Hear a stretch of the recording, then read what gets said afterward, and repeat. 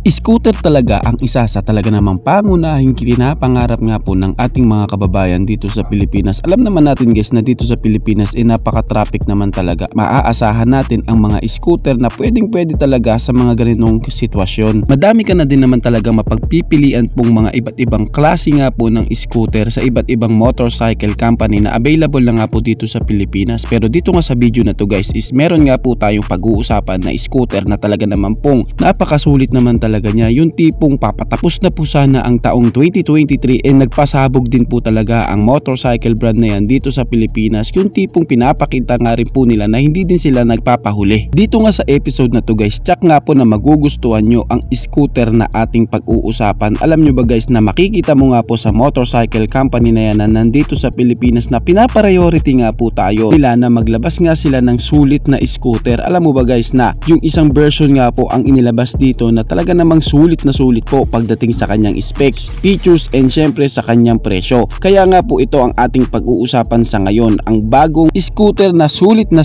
po. Kaya samahan nyo ako guys na pag-usapan ang motorcycle na ito. Pero bago yan, baka pwede naman na pa-subscribe ng aking YouTube channel. I-click mo na din ang notification bell para maging updated kayo sa mga susunod na i-upload ko. Guys, baka pwede naman na pa-like and follow ng aking Facebook page. Nasa description po ang link. Kaya make sure guys na tapusin nyo ang video na ito para malaman nyo ang information may kinalaman sa motorcycle na ito.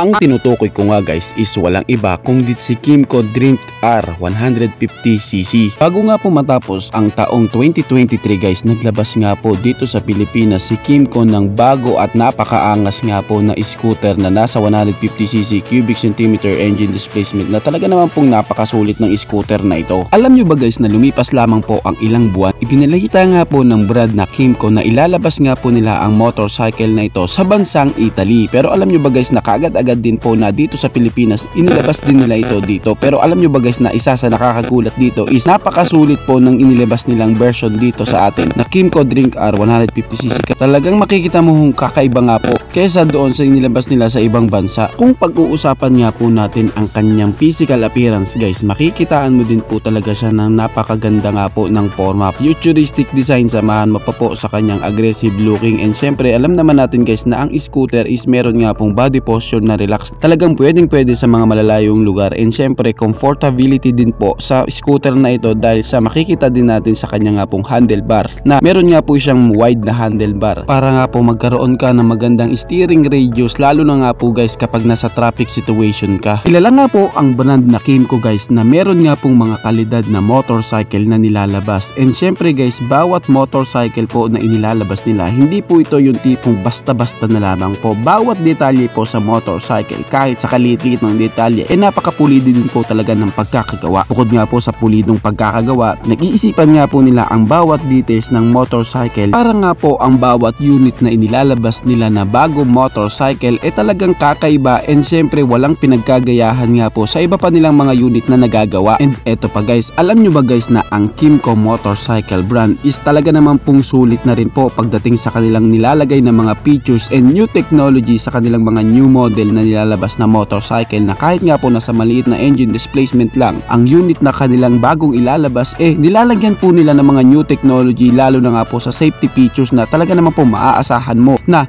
sulit ang mga specs and features na ito. At dahil sa na andito na nga po sa Pilipinas ang Kymco Drink R 150cc, alamin nga po natin guys kung ano nga ba ang dapat nating abangan sa motorcycle na ito, kung gaano nga ba kasulit ang kanyang specs, features, and syempre kung magkano nga ba ang kanyang presyo. Ang Kymco Drink R 150cc nga guys is meron nga pong 149.8 cubic centimeter engine displacement, naka 4-stroke, single cylinder, single overhead cam with 4 valves. Yes po, unlike nga po guys doon sa kanilang inilabas na Drink R 150cc sa ibang bansa, yun nga pong mga model na yun guys is naka 2 valves pa lamang, pero yung nilabas nga po dito sa Pilipinas guys is naka 4 valves na makakaasa ka nga pong meron nga pong malakas na power performance. Speaking of power performance guys, pag-usapan nga po natin ang kanyang power output, pag-usapan natin ang kanyang maximum power and ang kanyang maximum torque. Pagdating nga po sa kanyang maximum power, meron nga po siyang 15 HP at 8,500 RPM, and meron naman siyang maximum torque na 13.2 Newton meter of torque at 6,500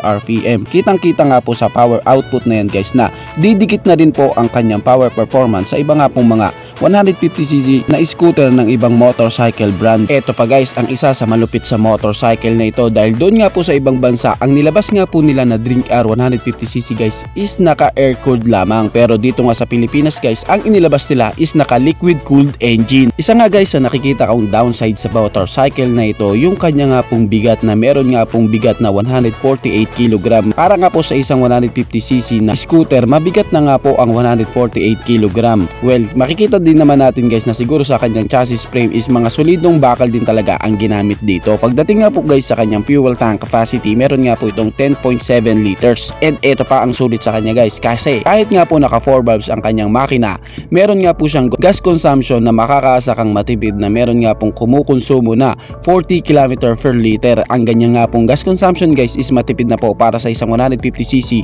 na scooter, kaya pwede din po talaga ipang long ride ang Drink R 150cc ni Kymco. Pagdating nga po sa kanyang bore and stroke, meron nga po siyang 59mm by 54.5mm, and ang kanya nga pong compression ratio is may sukat nga po na 11.3:1. Pagdating naman guys sa kanyang mga ilaw, siya nga po guys is naka full LED na, sa kanya nga pong maangas din na DRL lights and aggressive looking na headlight, samahan mo pa po sa futuristic design na kanyang taillight. Syempre pagdating naman po sa kanyang panel gauge, siya po is naka full digital na po na meron nga unique na disenyo na halos katulad din po sa iba niya pa pong mga maxi scooter ni Kymco. Upgraded na din po ito sa kanyang technology guys, kasi nga po siya rin po is naka smart key na makakaiwas din po para sa mga kawatan, and meron na din po siyang built-in na USB charging port. Pwede din po talaga ipang low ride, para nga po kapag ang iyong cellphone is nangangailangan nga po ng charging, meron nga po siyang USB charging port. Ngayon guys, pag-usapan naman po natin ang kanyang mga dimension. Pagdating nga po sa seat height, meron nga po itong sukat na 783mm, and ang kanya naman pong ground clearance is meron nga pong sukat na 135mm.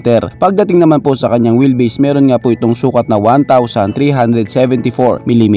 Ngayon guys, pag-usapan naman natin ang sukat ng kanyang mga gulong. Sa unahan, meron nga po itong sukat na 120/70/13, at sa likuran naman guys is may sukat nga po ito na 130/70/13. Pag-usapan naman natin guys ang kanyang braking system. Sa unahan nga, naka disc brake nga po ito, and sa likuran, and meron nga po siya guys na features na dual channel ABS o anti-lock braking system. Bukod pa nga guys sa ABS, meron nga din po siya guys na TCS or traction control system. Alam naman natin guys na ang traction control system is isa sa pinakasulit nga po na features ng isang motorcycle, dahil alam naman natin guys ang traction control ang tumutulong nga po para nga po mapanatiling same nga po ang ikot ng parehas mong gulong, para nga po makaiwas sa pagkatumba, pagka-skid, and pagka-disgrasya ng rider. And ang traction control guys ang makakatulong nga po para safe nga po ang biyahe. Ngayon guys, pag-usapan naman po natin ang kanyang mga suspension. Pagdating nga po sa unahang suspension, siya nga po guys is naka-telescopic fork na maganda nga pong ginamit na material sa kanyang suspension, at sa likuran naman po is meron nga pong dual shock absorber na suspension. At dahil sa available na nga po ang Kymco Drink R 150cc ni Kymco, pag-usapan naman po natin ang kanyang presyo. Ang kanyang MSRP nga guys is nagkakahalaga ng 152,900 pesos. Pero alam nyo ba guys na meron nga po siyang introductory price na nagkakahalaga ng 149,900 pesos. Yun nga guys is hanggang January lang. Kaya kung ikaw is may budget na, pwede mo na nga ma-avail ang Kimco Drink R 150cc sa halagang 149,900 pesos. Kaya talaga naman pong napakasulit din talaga ng brand na Kimco Motorcycle. Bago nga po matapos ang taong 2023 is nagpasabog pa sila ng isang bagong unit na motorcycle. Ito nga pong si Kimco Drink R 150cc. Kayo guys, ano ang masasabi nyo sa motor na ito? Paki-comment naman ang inyong reaksyon. Maraming salamat po. Bago matapos ang video na to guys, baka pwede naman napahingi ng isang like mula sa inyo bilang pagsuporta sa ating munting video. Maraming salamat po. So pwede mo na rin i-share para din malaman ng iba nating mga ka-rider.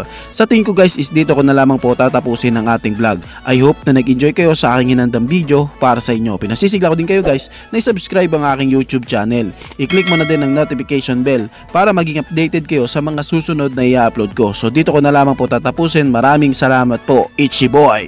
Thank you!